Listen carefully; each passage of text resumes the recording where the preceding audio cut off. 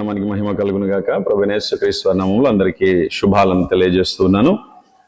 ఈ దినం దేవుడిస్తున్నటువంటి వాక్యం కొరకే సిద్ధపడదాం. చిన్న ప్రార్థన చేసుకుందాం. ప్రభువా మీకు వందనాలు.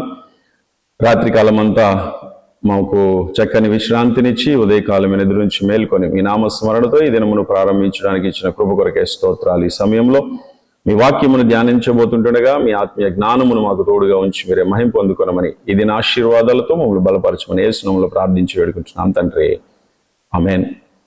ప్రత్యేకంగా ప్రియ దేవుని బిడ్డలారా,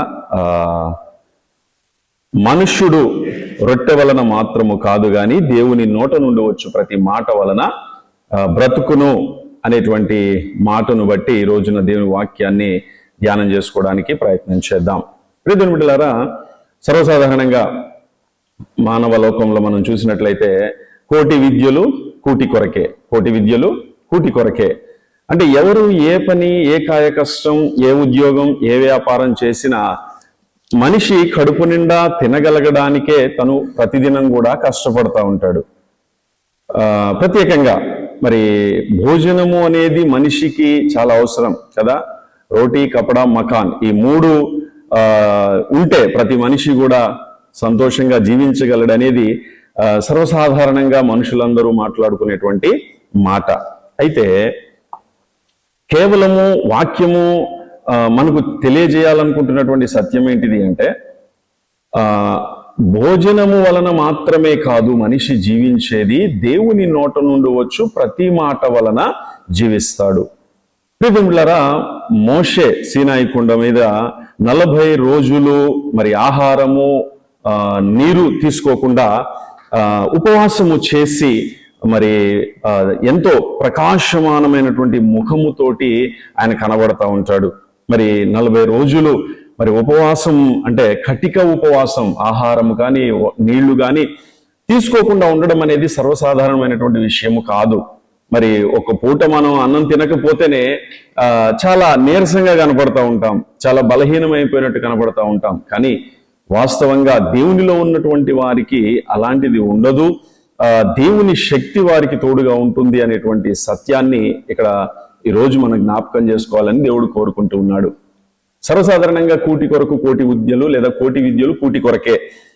ఈ కోటి విద్యలు అనేవి అంటే ఎవరికి తోచిన పని వారు చేస్తూ ఉంటారు. అయితే అంటే మనం చేసేటువంటి పనిలో నీతి న్యాయం ఉన్నప్పుడు దేవుడు ఖచ్చితంగా మనల్ని ఆశీర్వదిస్తాడనేది మనం జ్ఞాపకం ఉంచుకోవాల్సినటువంటి విషయం. దేవుని బిడ్డలారా, మనుషులు భోజనము దగ్గర త్వరగా టెంప్ట్ అయిపోతూ ఉంటారు సర్వసాధారణంగా. ఎందుకు అంటే అంటే మన మానవ నోటికి ఆహారం అనేది చాలా ఇంపైనటువంటిదిగా అనిపిస్తూ ఉంటుంది.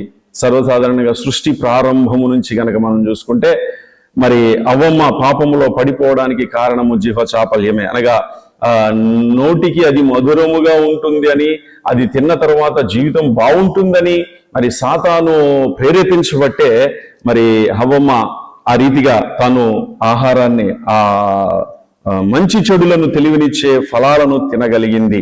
ప్రియమిత్రులారా, సృష్టి పతనము మరి ప్రత్యేకంగా భోజనము దగ్గరనే పడిపోయిందని మనం జ్ఞాపకం చేసుకోగలగాలి.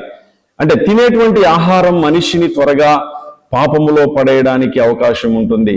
అంటే సంపాదించేటువంటి విధానంలో కూడా చాలా మంది ఏదో ఒక రూపంలో సంపాదించాలి అంటారు కదా. అంటే నీతిగా న్యాయంగా సంపాదిస్తున్నటువంటి వ్యక్తిని చూసి ఈ లోకం ఏమంటుంది అంటే బ్రతకడం రాదు, సంపాదించుకోవడం రాదు అన్నట్లు మాట్లాడుతూ ఉంది. అదే మరి అన్యాయంగానో లేకపోతే ఏదో ఒక అక్రమ మార్గంలో సంపాదిస్తున్నటువంటి వారిని చూసి లోకం ఏమంటుందంటే వాళ్ళు తెలివి కలిగిన వాడు లేదా తెలివి కలిగిన ఆమె, బ్రతకగలిగినోడు, చాలా తెలివితేటలు ఉన్నాయి. అంటే ఒకరిని మోసం చేయడానికి తెలివితేటలు అవసరం లేదు, అవసరం కాదు, అది మంచిది కాదు అనేటువంటి సత్యాన్ని వాక్యం ఇక్కడ జ్ఞాపకం చేస్తూ ఉంది. ప్రియ దేవుని బిడ్డలారా, మరి మనుషులే కాదు యేసు ప్రభువు వారిని కూడా సాతాను ఆహారం దగ్గర పడేయాలని చూసింది, ఆహారం దగ్గర పడేయాలని చూసింది.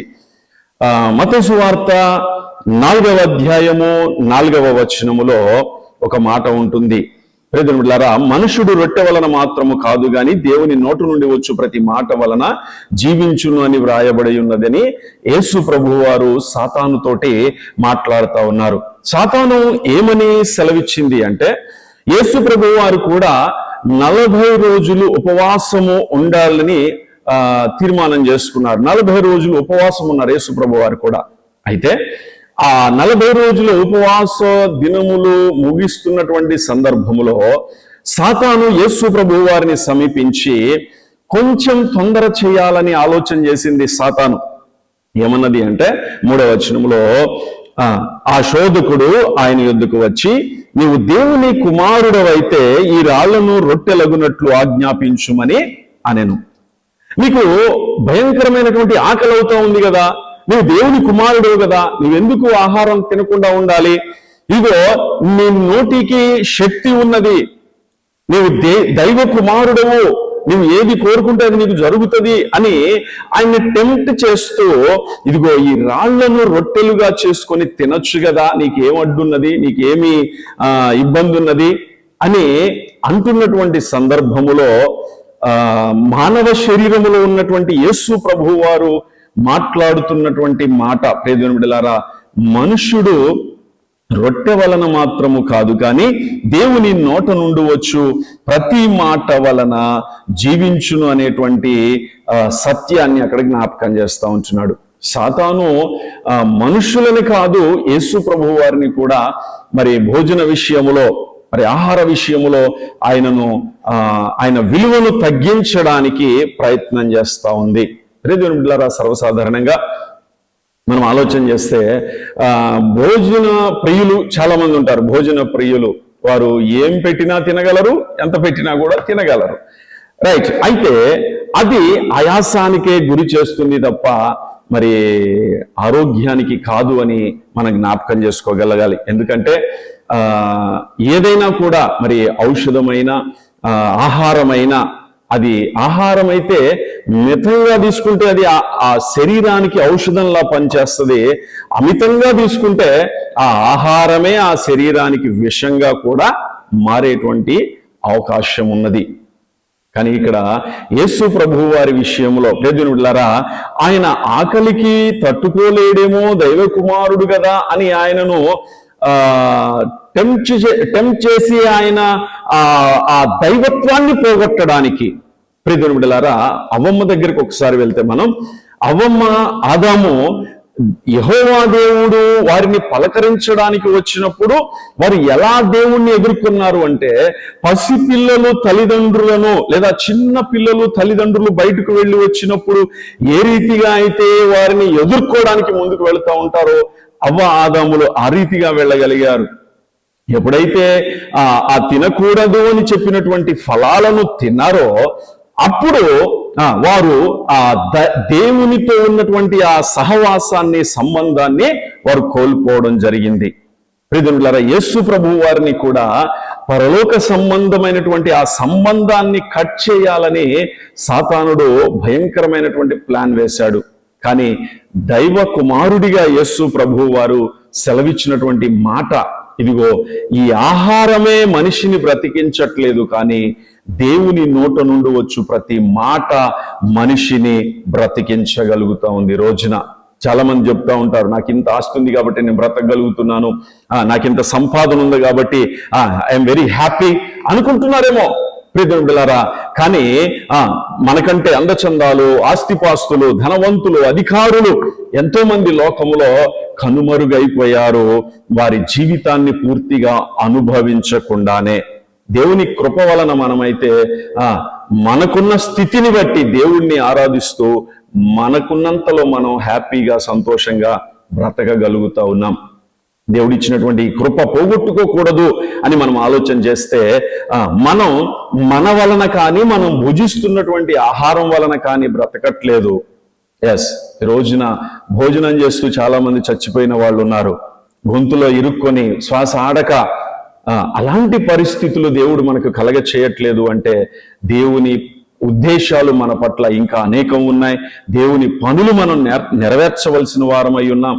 దేవుడు ఈ దినం మనకి ఏ పని ఇవ్వబోతున్నాడో, ఏ మాటలు మన హృదయములో దేవుడు మారుమోగిస్తూ ఉన్నాడో ఆ మాటలను బట్టి ఈ దినపు సమయాన్ని మనం గడపవలసిన వారమై ఉన్నాం. కాబట్టి ప్రియ దేవుని బిడ్డలారా, ఆలోచన చేద్దాం.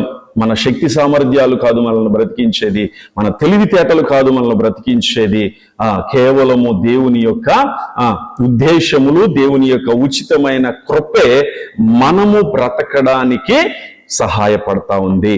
ఇది తెలుసుకున్నటువంటి వారు విశ్వాసములో బలవంతులు అని వాక్యం సెలవిస్తా ఉంది. కాబట్టి ప్రియ దేవుని బిడ్డలారా, ఈ దినం దేవుడిచ్చినటువంటి మాటలను బట్టి మనల్ని మనం దేవునిలో బలపరుచుకుంటూ, మనల్ని మనం దేవునికి సమర్పించుకొని ఈ దినపు ఆశీర్వాదములతో బలపడుదుముగాక.